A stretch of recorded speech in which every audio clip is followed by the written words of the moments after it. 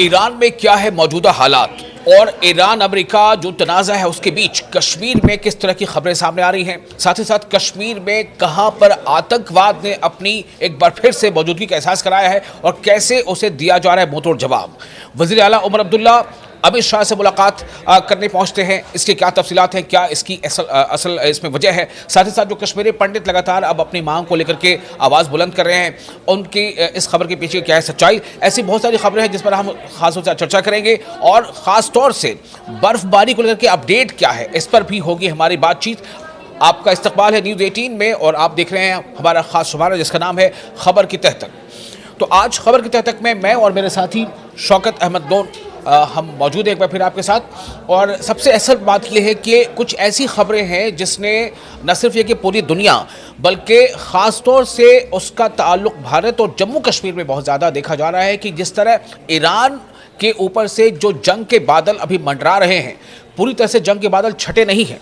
हालांकि Donald Trump का जो मौक़िफ़ है या जो उनके बयानात आ रहे हैं उनमें काफ़ी तब्दीली नज़र आ रही है, उस स्टैंड में कुछ तब्दीली है, लेकिन क्या ये तब्दीली कुछ स्ट्रैटेजिक तब्दीली है, उसका ये नतीजा है? तो क्या ख़ामनेई को लेकर के अगर जो वहाँ के सद पज़श्कियान जो बयान देते हैं कि किसी भी तरह का कोई हमला जो रूहानी पेशवा है, रूहानी लीडर है, उन पर अगर हमला है तो वो पूरे मुल्क पर हमला माना जाएगा। इन तमाम चीज़ों के बीच में हकीकत क्या है और किस तरह से ईरान में जो अभी मौजूदा हालात है उसका असर जम्मू कश्मीर में, ख़ासतौर से करगिल में या कश्मीर के बेशतर हिस्सों में जो बडगाम में शामिल है वहाँ पर लोग सड़कों पर आ रहे हैं, तो क्या है इसके पीछे की सच्चाई, खबर के तहत तक माध्यम से बातचीत करेंगे। शौकत, सबसे पहले हम ये जानना चाहते हैं, जानना क्या है कि हम लोग उस पर बातचीत करें ताकि हमारे जो नाज़रीन हैं उनके ज़हन में काफ़ी सवाल रहता है कि क्या माना जाए, ईरान के ऊपर जो जंग का ख़तरा था उसको ईरानी कौम, ईरानी अवाम के हौसले ने ही कहीं ना कहीं उस ख़तरे को टाल दिया है या अभी ये ख़तरा जो है, बादल जो है वो मंडरा रहा है? देखिए, कई सारी चीज़ें यहाँ हमको समझने की ज़रूरत है। एक ये कि इतने बड़े पैमाने पर प्रोटेस्ट हुए, ठीक है, उसके बावजूद अभी मुझे लगता है आयतुल्लाह खामनेई जो है उसके खिलाफ उस तरह से वो एक ओपिनियन मुझे लगता है कि नहीं बन पाया है जिससे हम ये कह सकते हैं कि मेजॉरिटी उससे मुंसलिक हो गई है। तो कहीं ना कहीं अभी हमने जैसे देखा कि कश्मीरी जो स्टूडेंट्स या बाकी लोग जो ईरान से वापस आए उन्होंने भी ये कहा कि हाँ, एक तबका एक कर रहा था एहतजाज, कुछ उनके भी रिजर्वेशन थी, कुछ उनके भी जो है मुतालबात थे, लेकिन मेजॉरिटी अभी वहाँ इस्लामी इनकलाब के साथ है। एक चीज़। दूसरी चीज़ यही कि जैसे हम बोल रहे हैं कि क्या जंग के बादल छट गए या मंडरा रहे हैं या मंडरा रहे हैं। मुझे लगता है कि देखिए, अगर अमेरिका ने मन बनाया होगा कि नहीं, हमको ईरान पे हमला करना ही है, खासकर ट्रंप जो यूजुअली देखा गया अगर उनने कुछ मन बना लिया तो वो करके ही रहते हैं, तो मुझे लगता है अगर उन्होंने वो मन बनाया होगा तो वो शायद करके ही रहेंगे। लेकिन ईरान पे हमला करना इतना ईजी नहीं होगा। अभी जैसे कि ईरान इसराइल जंग हो गई थी, उस वक्त जिस तरह से ईरान को इसराइल को मजबूत समझा जाता था, उनका एयर डिफेंस, उनके मिसाइल, उनके बाकी वेपन्स या और भी चीज़ें हैं, उसको ईरान ने किस तरह एक्सपोज किया, तोड़ दिया। आयरन डोम उसका काफ़ी चर्चा में आया था। हाँ। और पूरा आयरन डोम को जो है उसकी जो सुरक्षा की जो सलाहियत उसको तहस नहस कर दिया था ईरानी मिसाइल। वो सब चीज़ें अब जो भी ईरान के बारे में सोचेगा इस तरह का, उसको पहले सोचनी पड़ेंगी कि ये सब चीज़ें। तीसरी चीज़, जो गल्फ़ कंट्रीज़ और जो कुछ अरबियन कंट्रीज़ है जो यूजुअली अमेरिका की हिमायती रही हैं, अमेरिका की सपोर्टर रही है, वो भी इस मामले में, ईरान के मामले में अमेरिका को उस तरह से सपोर्ट नहीं दे रहे हैं जिस तरह से वो शायद चाहता था। और वो डिप्लोमेसी पे ज़्यादा दौर, सऊदी अरब हो, कतर हो, ओमान हो, ये कोशिश कर रहे हैं कि डिप्लोमेटिकली इस मसले का हल तलाश किया जाए। और यहाँ यही चीज़ भी है कि ये भी बातें हैं, ये भी एक्सपर्ट्स कहते हैं, ये भी रिपोर्ट्स हैं कि ईरान जो है इसराइल के खिलाफ जंग के बावजूद भी उसने अपना मिसाइल बनाने का प्रोग्राम या यूरेनियम एनरिचमेंट का प्रोग्राम जारी रखा है और उसमें उसको बहुत सक्सेस मिली है।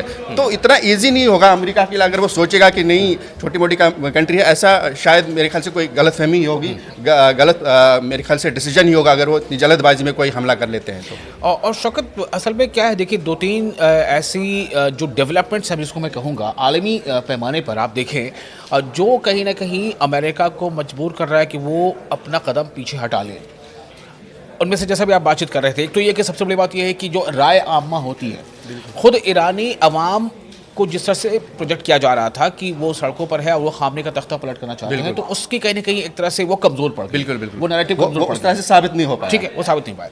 दूसरा, आप देखिए वेनेजुएला पर जो उन्होंने एक्शन लिया था अमेरिका ने, उसके बाद खुद अमेरिकी अवाम में जो गम गुस्सा देखा गया एक एक फ्रंट है ग्रीनलैंड। ग्रीनलैंड के मामले में अमेरिका की जो मंशा है उसके खिलाफ खुद यूरोप की कई मुल्क आ गए हैं। बिल्कुल, नेटो का कंट्रीज खुल के उसके खिलाफ बोल रहे हैं कि अगर ऐसा किया जाएगा तो फिर नेटो नहीं रहेगा। ठीक है, तो कई सारी चीज़ें ये भी हैं जो इंटरनल यूएस में, अमेरिका में हालात चल रहे हैं, जो नेटो का मसला हो रहा है, ग्रीनलैंड का, क्यूबा का, ये जो चल रहा है, इस सब में मुझे लगता है कि कहीं ना कहीं फिर अमेरिका अलग थलग ही ना पड़ जाए। आप ये देखिए ना, फ्रांस, जर्मनी और कई देश उन्होंने बदाबता अपनी फौजें भेज दी हैं ग्रीनलैंड। बिल्कुल अपनी फौजियों को उतार दिया है ग्रीनलैंड। हालांकि वो कुछ और रीजन बता रहे हैं, लेकिन एक मैसेज जाता है, क्लियर मैसेज है। लेकिन डोनाल्ड ट्रंप के मैसेज से ये बात क्लियर हो जाती है। डोनाल्ड ट्रंप क्या कह रहे हैं? वो कह रहे हैं कि उनकी फौजों की तैनाती से अमेरिका कोई फर्क नहीं पड़ता। बिल्कुल, इसका मतलब ये है कि कहीं ना कहीं कन्फ्रंटेशन है। बिल्कुल कन्फ्रंटेशन तो है। क्या ये वजह माना जाए कि डोनाल्ड ट्रंप जो है एक साथ कई महाजों पर घिरते नजर आ रहे हैं? दूसरा आपका गजा वाला मामला तो है ही। बिल्कुल, वो भी है ही। हाँ, कई सारे महाज तो हैं, फिर उनको उस तरह से जो पॉलिसीज अभी ट्रंप इख्तियार कर रहे हैं आलमी उमूर को लेके, उस तरह से उनको अपने अवाम का उसमें सपोर्ट नहीं मिल रहा है, अपने अलायंस का उनको उस तरह में सपोर्ट नहीं मिल रहा। तो मुझे लगता है कहीं ना कहीं उनका जो है मिशन जो है, या जो भी आप बोलिएगा, तो वो थोड़ा सा कमज़ोर पड़ रहा है। तो अभी आप कह रहे थे कि बहुत सारे कश्मीरी स्टूडेंट्स या और भी जो कश्मीरी लोग वहाँ थे ईरान में, वो वापस आए हैं अभी, चूँकि ईरान से आने का सिलसिला जारी है और वहाँ से इवैक्यूएशन कह लें या जो एहतियाती तदाबीर कह लें, तो लेकिन ये हमने देखा कि कश्मीर में, करगिल में, कश्मीर के कई इलाकों में ज़बरदस्त जो है वो प्रोटेस्ट हुआ अमेरिका के ख़िलाफ़ और ख़ामनेई के हक़ में। तो इस तरह के का इससे भी एक इशारा ये भी मिलता है कि कहीं ना कहीं दुनिया के पैमाने पर भी ईरान के ख़िलाफ़ एक नैरेटिव बनाने में अमेरिका कामयाब नहीं हो पा रहा है। नहीं हो पाया है। देखिए विशाल भाई, मैं आपको यहाँ दो चीज़ें बताता हूँ। एक कि कश्मीर में कई सारे एरियाज़ में जो शिया डोमिनेटेड एरियाज़ हैं, करगिल में, यहाँ मैं एक चीज़ बताऊँ कि जो शिया डोमिनेटेड एरियाज में, उसमें ऐसा नहीं कि सिर्फ शिया लोग ही उस एहतजाज में शामिल हुए, बाकी तबकों के लोग, सुन्नी तबके के लोग भी उस एहतजाज में शामिल हुए। जो ईरान के खिलाफ ऐसा लग रहा था कि शायद हमला हो जाए, उसके खिलाफ जो एहतजाज आ रहे थे, ईरान के हक में, अमेरिका के खिलाफ, इसराइल के खिलाफ जो एहतजाज ये तो हमने उस रोज उन दिनों में देख लिया था जब इसराइल के खिलाफ 12-13 दिनों की जंग हुई थी। बिल्कुल। तो ईरान के हक में बड़े पैमाने पर सुनने वाली कोई इख्तिलाफ नहीं रही, सब लोग एकजुट होकर, और कई मुल्कों में कई लेवल पे प्रोटेस्ट हुए थे। बिल्कुल।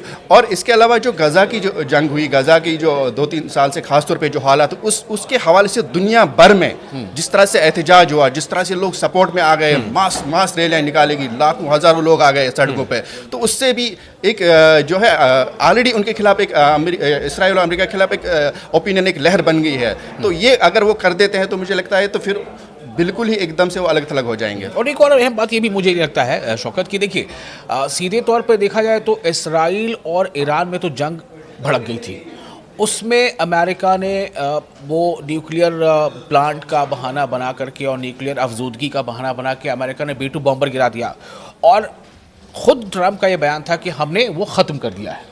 तो भाई अब आप ख़त्म कर चुके, तो अब क्यों आप जंग लड़ना चाहते हैं? बिल्कुल। कोई एक बड़ा जो बड़ा रीज़न नहीं है। देखिए, किसी भी कंट्री में अगर हुकूमत के खिलाफ लोगों की नाराज़गी हो, लोगों को हक है एहतजाज करने का, अपनी हुकूमत से अपने मुतालबात मनवाने का, अपने मुतालबात को लेकर एहतजाज करने का, अपने हुकूमत के खिलाफ आवाज़ उठाने का, सड़कों पर आने का, तो ये मुझे लगता है कि किसी भी कंट्री का इंटरनल इशू है। ये ऐसा इशू नहीं है कि इस पर दूसरी कंट्री आके उस पर हमला कर ले। बिल्कुल। अच्छा, अब एक बात करते हैं थोड़ी शौकत, कश्मीर में एक बार फिर से जो पाक स्पॉन्सर्ड जो टेररिज्म है वो कहीं ना कहीं अक्सर ये इल्ज़ामात लगते रहे हैं और कई मौके पर साबित भी हुए हैं। फिर से एक बार हम देख रहे हैं कि आतंकी कुछ सरगर्मियाँ बढ़ी हुई हैं, दहशतगर्दी के वाक़यात सामने आ रहे हैं। किश्तवाड़ में भी इनकाउंटर भी चल रहा है। इसी बीच खबर यह है कि CM उमर अब्दुल्ला भी जो है उन्होंने मुलाकात की अमित शाह से। तो इन सब चीज़ों को देख के क्या लग रहा है कि ये अभी कोई ख़ास ऐसा मौका है, कोई ख़ास ऐसा सीजन, चूँकि यौम जमहूरिया की तकारीब भी सामने आ रही हैं, तो ये क्यों? जी, जैसे यौम जमहूरिया का आपने बोला, तो उस हवाले से पहले सिक्योरिटी बढ़ा दी गई है। जम्मू में भी, कश्मीर में भी, नेशनल हाईवे पे, बॉर्डर एरियाज़ पे खास तौर पे निगरानी रखी जा रही है। तो वो तो एक सिलसिला ही है। दूसरी चीज़, जो जम्मू रीजन है, कठवा है, सांबा है, किश्तवाड़, डोडा है, इस रीजन में कुछ सरगर्मी कुछ सालों से थोड़ा बढ़ गई हैं। तो इस एतबार से वहाँ ज़्यादा बड़े पैमाने पे सिक्योरिटी फोर्सेस का, फौज का सर्च ऑपरेशन चल रहा था। अभी आपने देखा 2 दिन पहले कठवा में भी फायरिंग हुई थी, आज यहाँ पे भी, कश्तवाड़ में भी इनकाउंटर चल रहा है। तो मुझे लगता है ये एक सिलसिला है जो काफ़ी टाइम से जम्मू रीजन में खास तौर पर जो सिक्योरिटी फोर्सेस की तवज्जो है, उसके नतीजे में अब थोड़ी सी कामयाबी मिल रही है। लेकिन ये है कि उन्हें बेफिटिंग रिप्लाई मिल रही है, उन्हें मुंहतोड़ जवाब मिल रहा है। और आपको ये भी बता दें कि अब थोड़ा सा जिक्र कर लेते हैं मौसम का, चूँकि जम्मू कश्मीर इस वक्त खास मौसम के एक एतबार से। चीज़ मैं आपको यहाँ बता दूँ, जैसे आप अभी बता रहे थे कि उमर अब्दुल्ला आज मिले अच्छा, हैं। हाँ। एक बड़ी खबर है ये भी, ये बिल्कुल। क्योंकि कई सारी चीज़ें कश्मीर में, जम्मू कश्मीर में हुई हैं रिसेंट डेज में, यूनिवर्सिटी को लेके, जम्मू स्टेटहुड को लेके, उसके अलावा खासतौर पे असेंबली का सेशन आने वाला है, बजट सेशन आने वाला है। तो मुझे लगता है इन सब के तनाजुर में जो उमर अब्दुल्ला आज अमित शाह होम मिनिस्टर से मिले हैं, मुझे लगता है कि ये इंपॉर्टेंट मीटिंग है। और कई इश्यूज़ भी हैं, जैसे स्टूडेंट्स का भी इश्यूज़ है, ट्रेडर्स के भी कई सारे मसाइल हैं, रेगुलराइजेशन का मसला है, डेली वेजर्स का, रिजर्वेशन पॉलिसी है, फिर बजट आने वाला है, बजट की पे खास तवक्को है। तो मुझे लगता है उस एतबार से ये मीटिंग जो आज होम मिनिस्टर के साथ चीफ मिनिस्टर की हुई है बहुत इंपॉर्टेंट है। बिल्कुल। मैं चाहूँगा कि आखिर में थोड़ा सा हम मौसम के बारे में बात कर लें, क्योंकि मौसम में ऐसा माना जा रहा था कि उम्मीद के मुताबिक बर्फबारी नहीं हुई है और वक्त पर नहीं हुई है, डिले लगातार हो रहा है। तो अभी क्या सिचुएशन है?